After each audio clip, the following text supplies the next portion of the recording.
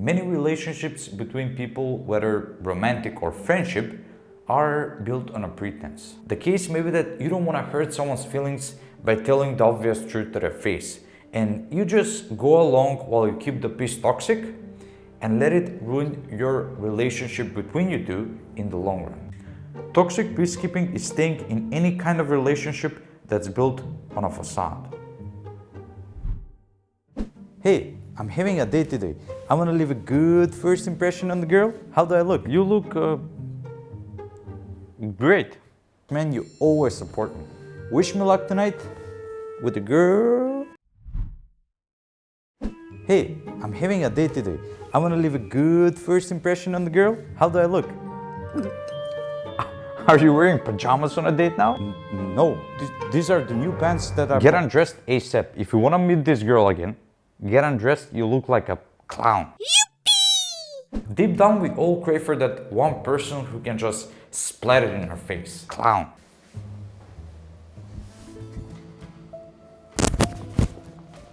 Many things in my life would have been easier if I could just keep the lies I've been telling myself. Or it would have been even better if I had a friend who can just tell me right to my face the mistake that was so obvious for everyone but me. Like a peanut skin on your teeth. Nobody wants to tell you that and hurt your feelings because they don't know how long you had it there. So you just go along, embarrass yourself even more, and come home to realize that you've been embarrassing yourself the entire day and that you have a shitty friend or friends.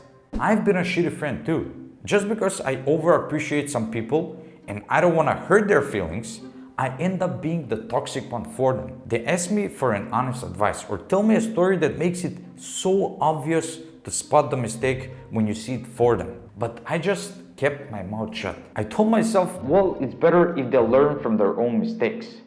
Bullshit. I've just been a toxic peacekeeper all along. Now, it's going to be brutal if we just keep telling them what's on our mind at all times. There can be emotions, mood, different perspective, different taste, different opinions. So sometimes we need to zip our mouth and listen. And sometimes we need to cross the line. She goes to her friend all the time and I found some intimate messages, but they're just friends. She's cheating on you. There, I said it, she's cheating on you. Although it shouldn't be this brutal. Now, having an honest friend is as hard as having a healthy relationship with a partner. A lot of people who call themselves friends are not really friends, especially people in romantic relationships. They're not honest with themselves. They just hold on to toxic peacekeeping, and it's much like a tickling bomb waiting to go off. There is a fix to it all, but as all things worth pursuing are easier said than done, here is how we can break the toxic peacekeeping and hopefully level up the relationship or friendship. It's better to regret now than later. Remember that peanut skin example? Let's recreate it. And we were just laughing all the time. Wait. You have something here. What do you mean? Where? On the tooth right here.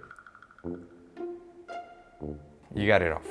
I just ate peanuts. Thanks for telling me, man. Yeah, no problem. We may want to keep the toxic peacekeeping for a while there. But the truth is, sometimes we need to cross over the line. She's cheating on you. It's not really our place to just go and tell people that our partners are cheating on them.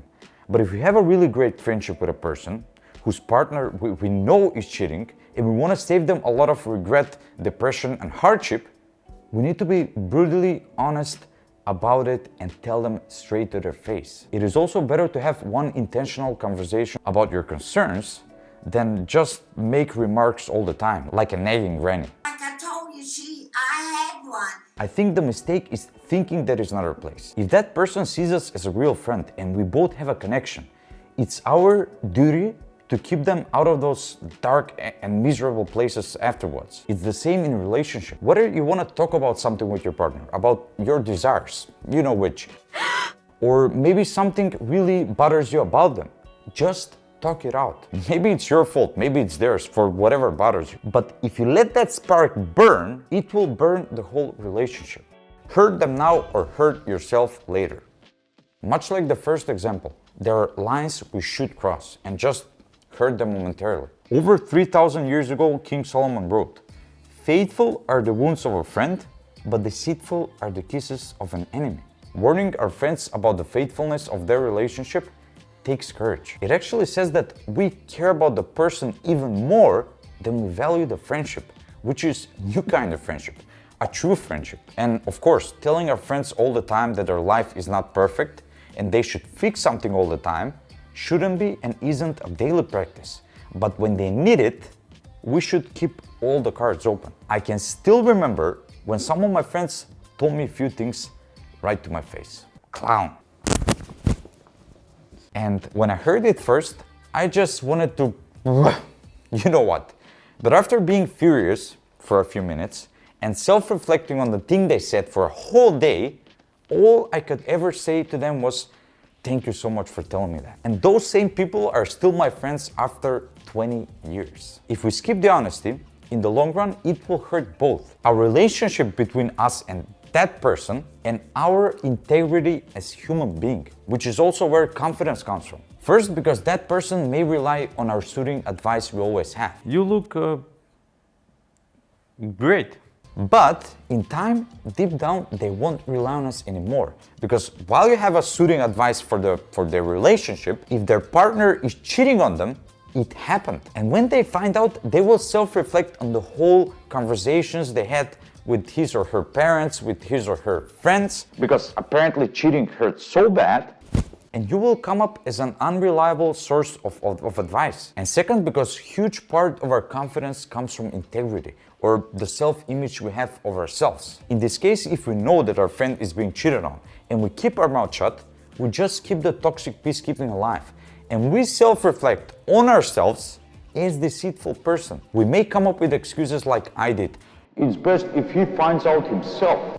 But the truth is, we are only hurting them and us. If we make wrong choices, our self-image is getting distorted, which will reflect on the posture, on the choices we make, whether personal life or professional life, and also in relationships. We need to know that we can count on ourselves in times of hardship, not just for our friends and partners, but for us too.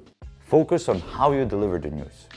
How we deliver the message will dictate whether we break or deepen the relationship. Let's assume that we want to break that toxic peacekeeping, but we have no idea how to deliver the news. There's a thin line between saying you're concerned and saying you judge your friend's decision. Let them know that no matter what they decide, you will always have their back. Remember that you can be consistently supportive of a person without agreeing with his or her decisions. Now, this example may not always be the best way to break the toxic peacekeeping, because while we tell the truth, there is another way to tell the truth and let our friends know that we still care. The point is to fix their burden, not our burden, as fast as we can. The way we do that may look like this. Look, John, we've been friends for how many years now? For about 15 years. And in those 15 years, I've been always supportive through thick and thin, right? Yeah. The idea is to slowly get to the point without throwing it in his face. I know you, and I know you want an honest answer. You're not the kind of a person who wants to be lied and played with. So I'll jump straight to the point. I know this may not be easy to take lightly, especially in your case, but I think that Jenna is not being faithful because, and now you can tell the truth. Remember, you are trying to be real friend, and there is a way to do that without being brutal and come up as a thunder. As we said, the way we deliver the message can either deepen or break the whole relationship. In good times, everyone wants to be your friend. Whether you're 17 or 77, there will be people around you when everything seems so smooth. It won't stay like that, believe me, because true friendship is only visible in hardship. When we have a flat tire, when our car stops in the middle of the highway, when we need a real advice, when we lose our job, who comes to mind when we said those things? Clown. If there isn't one person, except your parents, who can be there for you in times of hardship, then you don't have any real friends. You just nurture toxic peacekeeping with people you call friends. I'm 29 years old, and out of 15 friends I had, now I have 2. And if you're lucky, 2 real friends are more than enough. Gems, thank you so much for keeping up to the end. If you still haven't pressed that like button below, please do, because it really helps me spread videos like this even more. Thank you for making that button turn blue, and see you in the next video here.